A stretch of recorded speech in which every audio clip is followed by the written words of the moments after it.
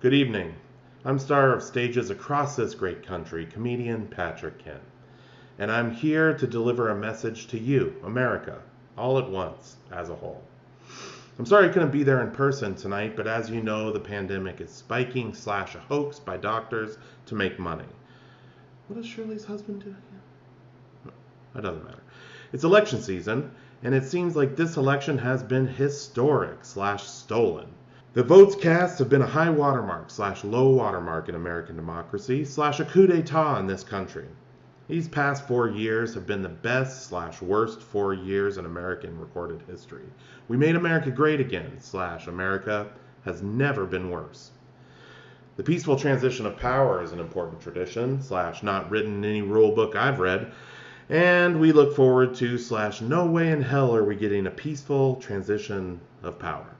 So rejoice / despair, America, because for the next 4 years, Joe Biden / Mitch McConnell is going to be bringing decency back to the White House / being a turtle-faced obstructionist dillhole. But remember, we're Americans, and more unites us than divides us, unless you're a fascist / Nazi / Kanye West. But I hope you have a good night, and enjoy the show.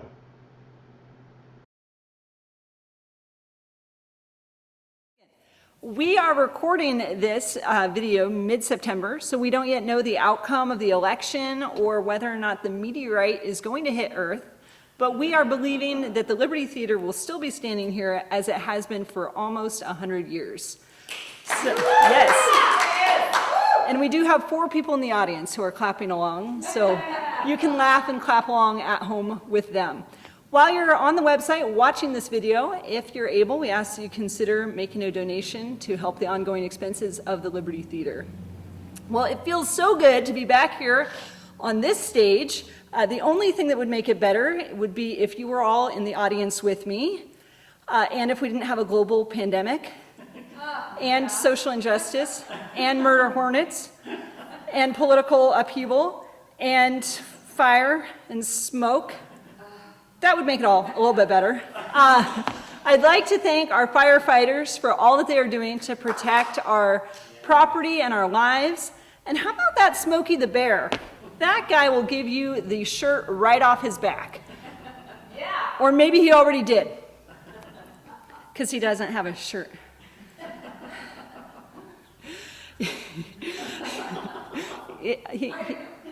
Smokey never wears a shirt. That's the joke. Yeah. With all the smoke that we've been having, I actually heard that Smokey is considering changing his name to be Hazardous for Sensitive Groups. The air quality has been so bad that the band Air Supply just announced a benefit concert series. Now, things have been so weird this year. It now takes longer to get in and out of Walmart than it does the DMV. And Jehovah's Witnesses have started sending letters instead of going door to door. I did get a letter from a Jehovah's Witness. I think that might actually be part of the reason why the mail has been slower, is that there's so much more mail going out. I've been adjusting to the new normal. If you're playing the at-home drinking game, go ahead and take a sip for new normal, for pandemic buzzwords. Also, protocol, and now more than ever. I did a couple Zoom comedy performances, which went about as well as you would think they did.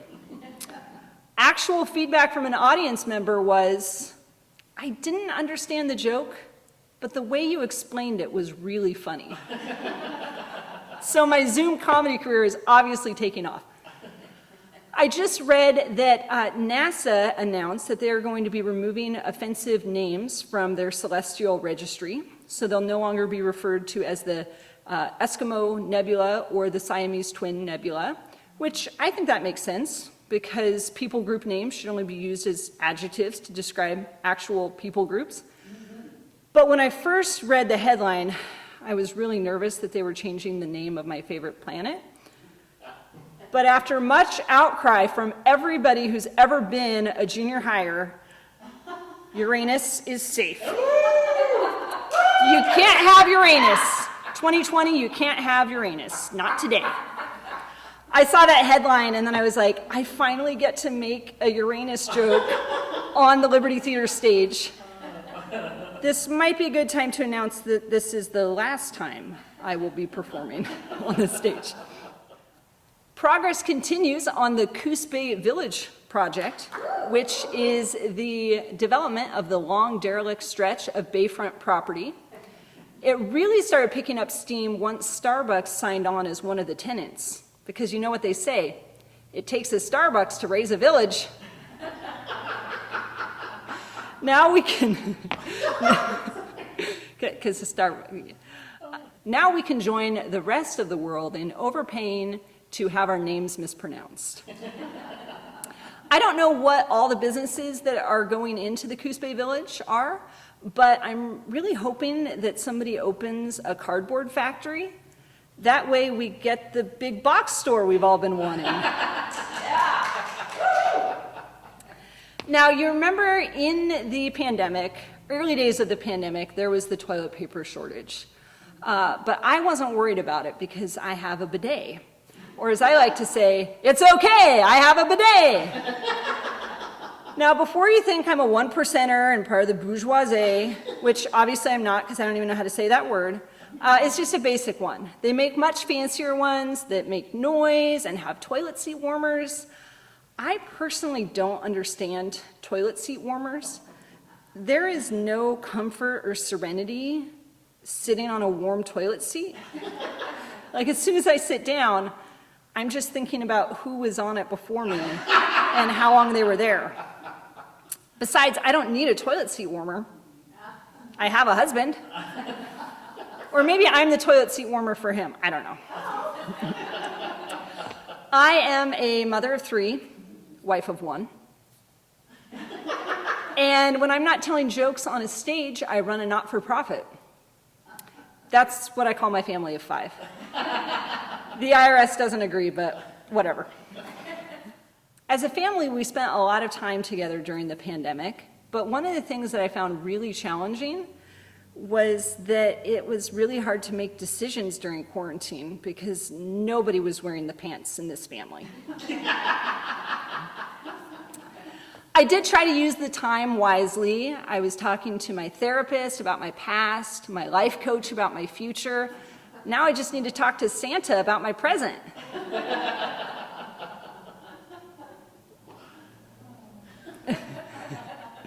Present. I'm a little bit concerned for Santa, though. I think he might be kind of in a high-risk category. So if Christmas is a little light this year, you'll know why. I love living here on the South Coast. We have our beautiful forests and rivers and beaches, and you're never more than 5 minutes away from a marijuana shop. I guess it makes sense, though, because Coos Bay's zip code is 97420. I personally have never used drugs. The only time I was ever offered drugs was on the first day of middle school. Some kids asked me if I wanted to get high with them. And I said, Nancy Reagan told me to say no to you. And nobody ever offered me drugs again. I also didn't have friends in middle school. Well, I do love living here on the South Coast. It's been over a decade now. But one thing I just can't get used to is the word that we're forced to use to describe ourselves. On the I-5 corridor, they're urban and suburban, but we're rural. I get nervous every time I have to say that word, rural. Like there's no way to not sound uneducated when you say rural. I'll try to speed it up, just get through it, rural. But then I sound like Scooby-Doo. Or I'll try to slow it down and ease into it like a speed bump, rural. But then it sounds like I'm starting my rig, rural. Now, outside of Coos County, a rig is a vehicle with 18 wheels. But here in the Coos, a rig could be a Geo Metro, as long as it has a rope tied to it and it's pulling another rig across town. Now, another word that I struggle with is brewery. Like you used to be able to go to the bar, but now you go to the brewery. Like the first time I heard someone say that word, I tried to take their keys because I thought they already were drinking. Not only does our language have all these words that are really hard to pronounce, we have like weird words and phrases for family members, like your first cousin once removed, which I get that because I have some first cousins who would like to remove me. But then we don't have a word for the relationship between my mom and my mother-in-law. So my mom refers to my mother-in-law as my baby's daddy's mama. So I guess maybe I am starting to fit into Coos County. I recently had a Coos County rite of passage. A total stranger came up to me and said, "You know, I'm pretty sure we're related." And it turns out we are. She was my husband's cousin's husband's sister's daughter. Or as I like to call it, Coos County cousins. Now, I joke about Coos County and all of us being a little bit related, but in a lot of ways, Coos County is like a family. And so I hope that during this pandemic, you've been taking care of one another, looking out for each other, and we're really looking forward to having all of you back here in the Liberty Theater as soon as we can. I'm Joanna Goslin. Good night.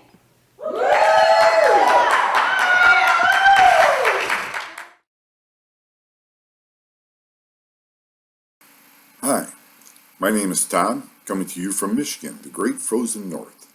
In fact, last winter it was so cold, I saw a dog frozen to a fire hydrant with its leg up. Now, living here in Michigan, born and raised, and I'm Irish, had a friend of mine who was half Welsh and half Hungarian. He told everybody he was well hung. I'm not so lucky Irish, which is not so bad in itself. In fact, so Irish, growing up we used Lucky Charms as croutons on our salad. Irish Catholic, which anybody who's familiar with Irish Catholics know I come from a large family, because the only form of birth control open to the Catholics as put forth by the Vatican is the rhythm method. My parents nicknamed that Vatican Roulette. They had no rhythm, but they did have 7 kids in 8 years. 7 kids in 8 years. Even my dad had stretch marks. It was tough. And what was even worse, my poor mom, we all weighed between 9 and 12 pounds. I weighed 12 pounds on the nose. My dad passed out cigars that said, "It's a man." In fact, I probably could have driven home from the hospital. My mom said I looked like a 4-pound body and an 8-pound head, like giving birth to a bowling ball, which is probably why she resents me a little bit, and she's walked funny to this day. Now, a family like that, birthing them is one thing, raising them is another. Now, we were raised in a 3-bedroom house. We had a bedroom for the boys, a bedroom for the girls, and my mom and dad's bedroom, which was known as the production chamber. I shared a room with 2 brothers. I didn't know what it was like to sleep alone until I got married. Yes, room was pretty tight. And not only that, feeding us was a chore. Now, the one thing about my mom, she was an Olympic caliber coupon clipper. She had a coupon one time for dog food. Buy 1 bag, get 1 free. She saved enough to buy a dog. And if that wasn't enough, the room was so tight in our house, that dog had to wag its tail up and down instead of back and forth. There was just no room. We named that dog Muffy. We should have named that dog Egypt. The darn thing left a pyramid in every room. And what made it worse is it was so stupid, it used to walk backwards and wag its head. And sometimes it would lift the wrong leg to pee and pee all over itself. Pretty disgusting. Not like the smart dog I have now. The dog I have now is so smart, when I was paper training him, we learned how to read. Now, another thing that saved us a bit was the invention of no-brand stuff. They just started coming out with that when I was growing up. And let's say you could buy no-brand green beans. And they weren't bad, except they would have a little stem or a stick in there now and then. But overall wasn't bad. But I do not recommend the no-brand toilet paper. You could get a splinter from the no-brand toilet paper. In fact, we called it John Wayne toilet paper because it was rough and tough. It wouldn't take any crap off of anybody. Money was tight. That's for darn sure. Now, I can remember my dad didn't even want to buy smoke detectors. What he did was he bought Jiffy Pop popcorn and he hung it in the hallway. That way, if there was a fire at night, we'd hear it popping and we'd be able to flee the house with a snack. Now, growing up with a large family like that, we didn't go out to eat much, but we did go out to eat now and then. I can remember one time going out to eat. I think it was for one of our first communions. So we went to a fancy restaurant. And when we're at the restaurant, my dad asked the waiter, "What's the special of the day?" And the waiter says, "The special of the day is the beef tongue." My dad said, "Beef tongue? You mean cow tongue?" He said, "I'm not eating anything that's been in a cow's mouth. I'll just have some eggs." No, we were more partial to the roadhouse style restaurants and things like that. My dad liked to go to a place that had frog legs. He didn't like frog legs, but he'd say, "Hey, do you have frog legs? You do? Hop over to the kitchen and get me some coffee." Or he'd say, "Give me the turtle soup and make it snappy." Money was tight. My dad had a picture of Lincoln on his fingers from pinching pennies so hard. Now, and we very rarely had leftovers, unless my mom made something like liver. But anyways, one time we were getting ready to eat, and a couple stopped by, a friend of my parents. And my mom, to be polite, she says, "Hey, we're getting ready to have some chicken. You guys want to have dinner with us?" And they said yes. They kind of caught my mom by surprise. So she took Peggy and I, the two oldest, she took us aside and she said, "Hey, when I pass around the chicken, you two say you don't want any. That way there'll be enough to go around and we won't embarrass these people." So me and Peggy are like, "Oh yeah, okay," like we're in on a big secret, like adults. And so my mom's passing it around and me and Peggy make a big deal. "No, no chicken for me, no chicken for me." So everything went fine, and then it comes time for dessert. My mom says, "All right, who's ready for a piece of apple pie?" "Well, we are." My mom says, "Well, you and Peggy can't have any. You didn't eat any meat." Nope, get away with it." We're allowed to say another word. Yeah, my mom was a quick thinker when it came to stuff like that. Now, as I said, my parents were married for over 50 years. And I remember as my dad started getting a little bit older, he started losing his hearing. But he thought it was my mom that was losing her hearing. So he was talking to my sister about it. And my sister's a nurse. He was talking to her and she said, "Dad, here's what you do.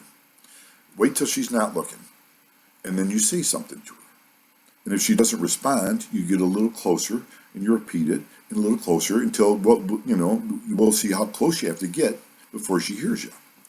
So my dad went home. As luck would have it, my mom was at the kitchen sink with her back to the door, maybe 30 feet away. He says, "Peg, what's for dinner?" Nothing. So he gets about 15 feet away and he says, "Peg, what's for dinner?"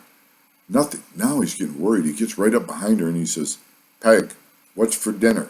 She turned around and she says, "Damn it, Norm, for the third time, I'm telling you, we're having chicken." That was when my dad found out it was him that had the hearing problem. Yeah, and he tells me, "Tom, I got a brand new hearing aid. It's the best money can buy. Cost me $5,000. I said, "Really? What kind is it?" He said, "It's 1230. Some hearing aid."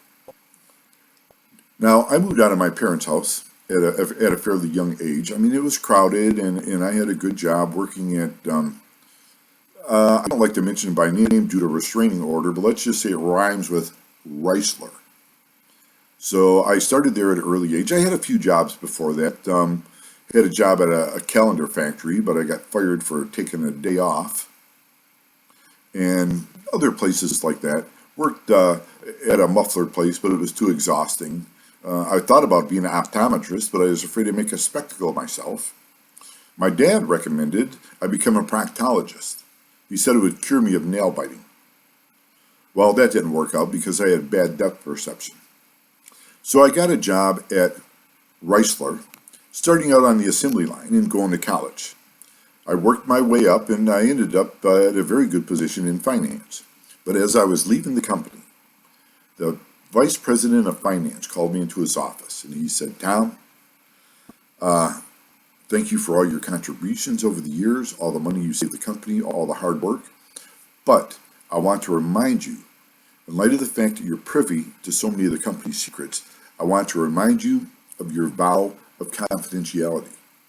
I said, secrets? Company secrets? What company secrets? We're years behind everybody else. He said, that's the secret. Yes, I worked there for a very long time, and I worked with a lot of different people over the years. Some smart, some not so smart. I worked with one guy that I was friends with all my life, pretty much, Joe. And Joe, I'm not going to say he was stupid, but it did take him an hour and a half to watch 60 Minutes. He wasn't very bright. He thought Joan of Arc was Noah's wife. Who would get that? So anyways, Joe, we were tool makers together at one time. And he's yelling and screaming. He's working on this structure up above me. And he's yelling and screaming, Tom, help me. I cut my ear off. I looked and he's leaning over the railing and he's got his hand to his head and it's all bloody. And he says, I cut my ear off. Do you see it down there? Do you see it? I looked and sure enough, there's an ear on the ground. I said, here, I got it. He said, that's not mine. Mine has a pencil behind it. Now, can you imagine? Joe is now Dr. Joe. Well, he's not really a doctor. He plays one on eHarmony and one of those other dating websites. No way would he be a doctor. So the thing with him is now he's claiming he's in a long-distance relationship. Well, I checked in with a little bit. He's got a restraining order saying he's got to stay 100 yards away from the girl at all times. That's not my idea of a long-distance relationship. Now, to make matters worse for him, he now has a medical marijuana card. So he can legally smoke medical marijuana. Here's a guy that does not need anything else pounding out any of his brain cells, but he gets his medical marijuana card. He called me last week in a panic. He said, Tom. It turns out he's watching a football game on TV, and when the guys get in a huddle, he thinks they're talking about him. He's paranoid. And if that isn't bad enough, now he's telling me the lady down the street's stalking him. She's Googling his name on her computer. I was like, holy smokes, how do you know that? He said, I saw her last night through my telescope. And as I stated, I've been in the workforce for quite a few years and ready to retire and settle down. My goal is to open up an organic farm and have all the energy from windmills. All the energy would be windmills, and I'm going to name my farm Passing Wind. And if that doesn't work out, I do have some ideas for, like I'd like to be on Shark Tank. I have an idea for a male hygiene spray. I'm going to call it Umpire because it gets rid of foul balls. A little bit about myself. I've been married to the same woman for over 30 years. What I can tell you is time flies when you're confused. Now, we've been married, like I said, for over 30 years. We've been together through thick and thin. She was the thin, I was the thick. Went through a couple of weight gains during that time, and in fact, at one point, I was quite large. I would wear a white shirt to a family get-together, and we'd show home movies on my back. It was around that time that my neighbors thought I had a strobe light on. Turned out it was the light from the refrigerator door. I was opening and shutting it so much. Now, I did pick up a few dieting tips from my mom. My mom claimed to diet religiously, which meant the only time she didn't eat was when she was in church. She recommended the rotation diet, where you get to eat every time you turn around. Tell you, you don't lose much on that one, but it's a lot funner than any of the other diets I was on. For instance, I was on a diet one time where I ate nothing but coconuts and bananas for 6 weeks. Coconuts and bananas for 6 weeks. Yeah, I didn't lose any weight, but you should have seen me climb a tree. Fantastic. Now I have 4 kids, 3 boys and 1 girl. And, anybody that's had a few kids, or sometimes even 1 kid, you end up with that spirited child. Mine was my son, Brady. He was born at home on the living room floor. In fact, my last name is Burns. I wanted to name him Rug, as in Rug Burns, because he was born on the rug. But my wife wasn't having any of that. Like I say, he was born on the living room floor, and it was quite exciting. I called 911, the rescue squad. Help, help, we're having a baby. We can't make it to the hospital. Help, help. And the woman's real calm, which is real irritating. She's real calm, and she says, is this her first child? I said, no, you idiot. This is her husband. Send me somebody. So that turned out all right. Things went fine. Healthy, bouncing baby boy. It wasn't until later that he became kind of problematic, rebellious, as you will. We called it his drug years. Now, he never did drugs. We called it his drug years because we drug him to church, we drug him to family functions, we drug him to school, we drug him everywhere. No, I made sure he didn't do drugs. You see, he was my blood type. And if I ever needed an organ transplant or a blood transfusion, he was my go-to guy. And I wasn't going to poison that well. Now, I have another son who was in the military. We're big supporters of the military. I had an uncle who was a paratrooper. Claimed that he never jumped once out of an airplane. Nope. Said he was pushed about 50 times, though. Now, and my dad was in the Army. And my dad, I asked him, Dad, when you were in the Army, did you ever kill anyone? He looked at me kind of solemnly, shaking his head, and he said, Probably. I was the cook. Now, I've never been in the military myself, but my wife does refer to me in military terms. Just yesterday, she called me Major Disappointment. I'm hoping it's the slightly military-style haircut here. Now, I also have a daughter who is a natural blonde, so I stopped telling blonde jokes. I wasn't afraid of hurting her feelings. It was just, she would say, Dad, tell it again slower. Explain it to me. What does that mean? No, I just got tired of all that. Not really. My daughter's actually very smart. 4.0 student. 4.0. The only time I ever got a 4.0 was on a breathalyzer test in high school. Yeah. Yep. That was back when I was voted most likely to be convicted. It was around that time I was dating a girl who was voted most likely to conceive. That didn't quite work out. Lucky for both of us. Now, as I said, my daughter is a nurse working in the colonoscopy department. Let me tell you how smart she is. She got an idea for the colonoscopy department to merge with the psychiatric department. They're going to call it heads or tails. Or is it odds and ends? Something like that. But anyways, it was a good idea. Now, when she first became a nurse, this was her first real job, and she was all excited. And she got her very first paycheck, and she went to the bank. She was going to cash that baby, and she went to pull a pen out of her purse, and she pulled out a thermometer. And she said, "Oh no, some asshole has my pen." And now, when my daughter turned 21, I took her out for her first legal drink. Going to college, I imagine she had a couple of drinks at one time or another that were not legal, but that's none of my business. But I took her to a club that was having a comedy show. It featured a ventriloquist. So we sat right up front, and she's having a couple of drinks, and the guy with the ventriloquist is doing his act, and then he starts telling dumb blonde jokes with the dummy, giving all the punchlines. So my daughter is getting madder and madder, and she finally yells above the crowd, above the microphone, everything, "Hey, I take exception to them dumb blonde jokes. We're not all dumb, And the guy looks at her and he's all upset, and he says, Oh, I'm really sorry, I didn't mean it. She says, "I'm not talking to you. I'm talking to that little feller on your knee." It's my smart daughter. Now, as I said, Irish. My grandfather came here from Ireland and settled in the Baltimore area. It had a large Irish population. And each night, he would go into the local pub, and he would order 4 shots, and then he'd wait till exactly 8 o'clock and drink them down. And this caught the attention of the bartender, and he finally asked my grandfather, he says, "Hey, I don't want to get in your business, but what's the deal with the 4 shots and wait until exactly 8 o'clock to drink them?" And my grandfather says, "Oh, I don't mind you asking. You see, I got 3 brothers back in the old country. I might never see them again.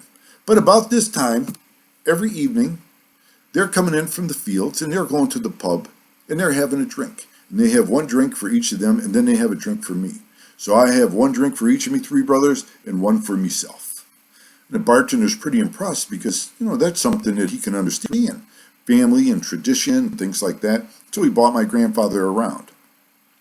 Now, a couple of weeks later, my grandfather was back in the bar, and he only ordered 3 shots. And the bartender was kind of, taken aback. He says, "Hey, I noticed that you only ordered 3 shots instead of 4. I hope nothing happened to any of your brothers, did it? He says, ah, no. Me brothers are fine back in the old country. I, on the other hand, have quit drinking. That's Irish logic for you. Now, speaking of drinking, when I first got married, I was working afternoons and got off of work a little bit early and went to the bar with a few of my buddies and had a few drinks and had a few more. And I ended up getting a half pint of whiskey to go. And I stuck it in my back pocket. Well, I get home and I'm at the front door, and I ended up falling off the porch and busting that bottle in my back pocket. Cut my butt all up. I was starting to change my clothes. I noticed I got blood all over my pants. Oh, no. So I backed up into the bathroom mirror and I was looking and I got cuts all over my butt. So I ended up fixing myself up, looking in the bathroom mirror like that. So the next morning, my wife says to me, "You were drunk last night, weren't you?" I said, "No, I wouldn't say I was drunk. I'd say I had a few drinks. I wouldn't say I was drunk." She says, "No, I'd say you were drunk." And I says, "Oh, yeah? What was your first clue?" She says, "My first clue was the Band-Aids all over the bathroom mirror." Okay, dear, you won. Now, I don't know how many dog lovers are out there, but I have a dog that's different from most dogs. Now, this dog likes to get out of the yard and bring stuff back. Like it brought back a barbecue brush. It brought back one of those wool car wash mitts. It brought back a big, huge chew toy it stole from some other dog. Well, I look out there one time, and it has something white, and it's rubbed it in the ground and throwing it in the air. I'm like, what in the heck does that dog have now? I went out there. It was the next door neighbor's kid's rabbit, and it was dead. They keep it in a cage on their back deck. I was kind of like freaking out. I didn't know what to do. Well, they weren't home. So I washed all the mud and blood off it and everything, and I snuck back over there and I put it back in the cage. So the next day, I'm working on my yard, and my neighbor Bill is standing on his deck. He's looking at the rabbit cage, kind of scratching his head. I was, oh no. I said, "Hey, Bill, what's the matter?" He says, "It's the kid's rabbit." I said, "Yeah, what's the matter with it?" He said, "The damn thing died 3 days ago and I buried it behind the garage and now it's back in the cage." Whew. So I just told him, "Hey, I think I'll go in the house and watch Pet Cemetery." My wife wanted to know, well, why didn't you tell him? That's not what you tell him. Then he'd figure out where his Sunday paper goes half the time. A couple of oddball stories. I like to collect odd news articles and things like that. Like I heard that there was a accident on the expressway, and a semi truck full of ramen noodles was wrecked, and the contents was totaled. The corporate losses are expected to be around $38. Now, another story that I heard that I thought was interesting was a woman had shot her husband for walking on her freshly mopped floor. And they were interviewing one of the policemen outside of the house. And they wanted to know, has the woman been arrested yet? And he says, not yet. We're waiting for the floor to dry.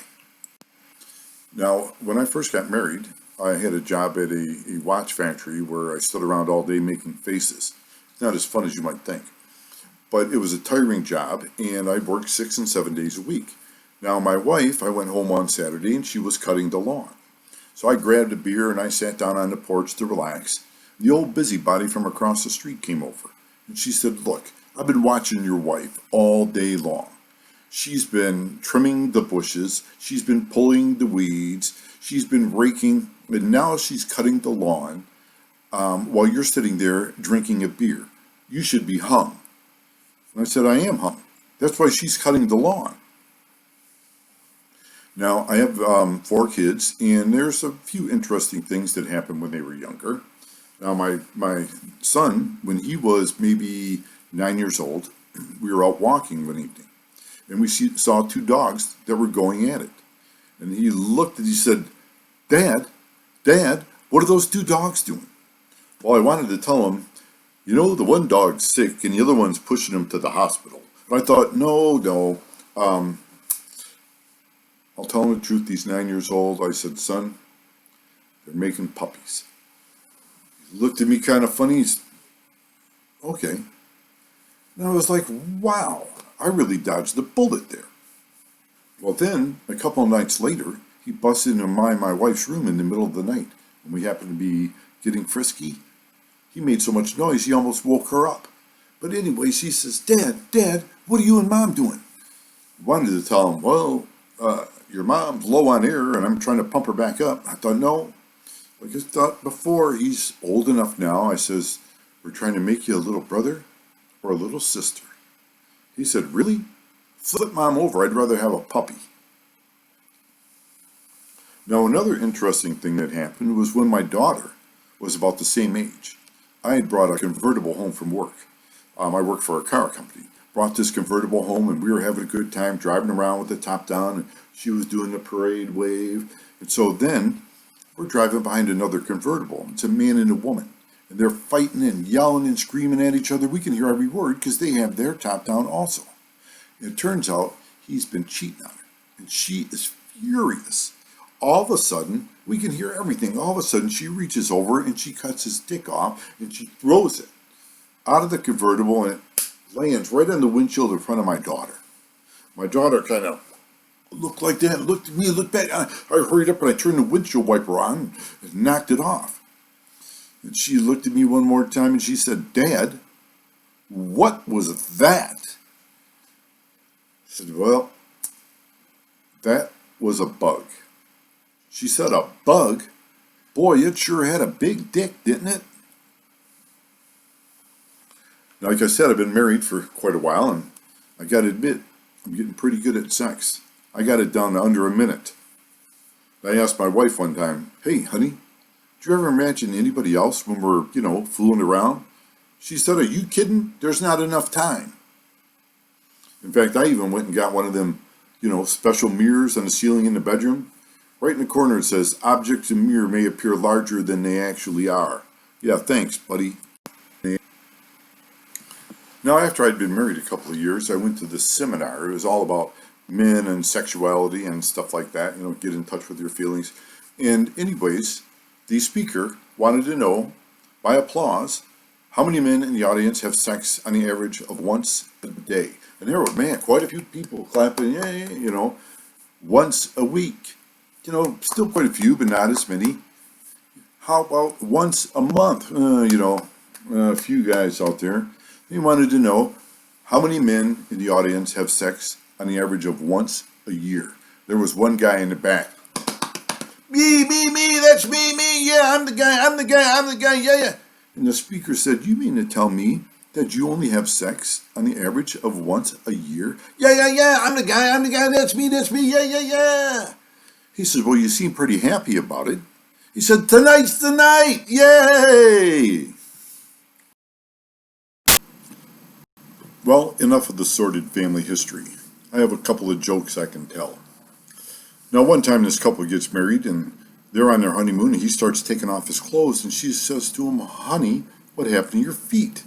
He says, I'm sorry, dear. I must have forgot to tell you. When I was younger, I had polio. She said, polio? You mean you had polio? He says, no, I had polio. She says, well, it doesn't matter. We're married now. He takes off his pants and she says, honey, what happened to your knees? He said, I'm sorry, dear. I must have forgot to tell you that, too. When I was younger, I also had the measles. She said, the measles? You mean the measles? He says, oh, no, I had the measles. She says, well, it's all right. We're married now. Then he gets stark naked and she looks at him and she says, oh, no, don't tell me. I bet you when you were younger, you had the smallpox, too. So one day, Delbert Dumbbutt is driving down the road. He sees a sign on a store and it says, we have everything's on sale. So he stops and he goes in and he tells the woman there, he says, hey, I would like to buy a pair of cellophane pants. She says, cellophane pants? We don't have any cellophane pants. He says, well, look, the sign says you have everything and I want a pair of cellophane pants. She says, well, we have everything, but we don't have cellophane pants because there's no such thing. He says, I'm going to show you something. And he goes home and he puts on a pair of cellophane pants and he goes back to the store.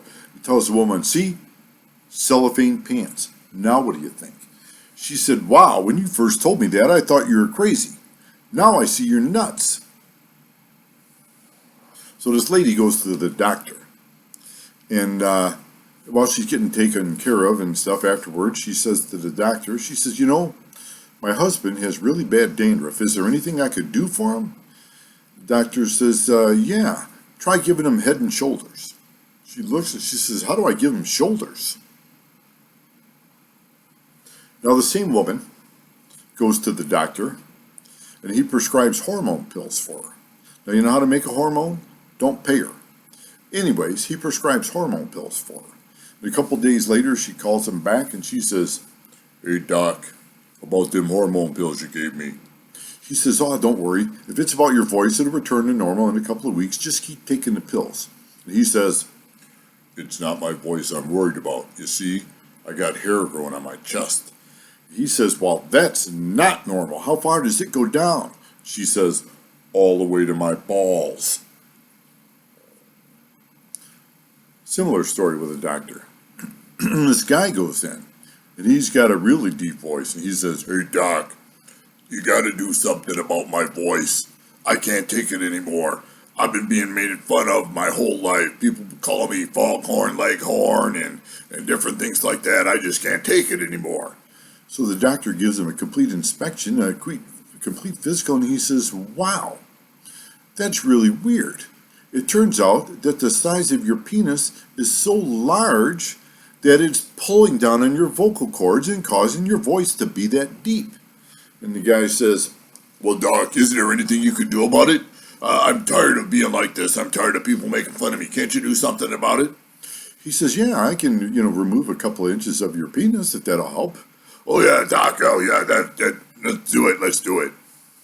So a couple of weeks later, he comes back and he says to the doc, hey, doc, I kind of like the operation. I like the way my voice is now, and nobody's making fun of me anymore.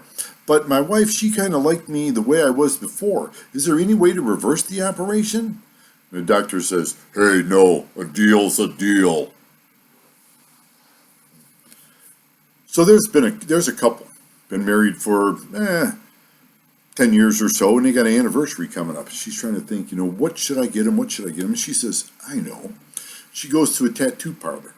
She tells the guy there, she says, look, my husband's favorite actress of all time is Brigitte Bardot. I wonder if you could tattoo Brigitte Bardot's portrait on my back. The guy says, yeah, I can do that. I can make it look just like a photograph. It'll only cost you $5,000. She says, $5,000? I was only planning on spending like $50. He says, 50? All that's going to get you is Brigitte Bardot's initials. I'll tell you what, I'll put them anywhere on your body you want. She's, okay, I want one initial on each cheek of my butt. And the guy says, I can do that. So he gives her a tattoo, and a couple days later, it's her anniversary, and she says, come on, honey, I got a surprise for you.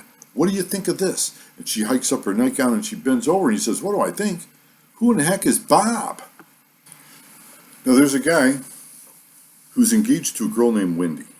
Now, to prove how much he loves her, he has Wendy tattooed on his manhood. Now, when he's excited, you can read the whole word, Wendy. Now, when he's relaxed, all you can read is the W and the Y, the first letter and the last letter. So they end up getting married, and they go to Jamaica on their honeymoon. And while they're there, they're at a nude beach. And he goes up to the bar, the nude bar there, to get him a drink, and there's a big Jamaican guy leaning against the bar. And the guy looks, and he's got a W and a Y tattooed on his dick. And this guy is like, oh my gosh, I noticed you got a W and a Y tattooed on your dick, just like I do. It doesn't by any chance say Wendy does it.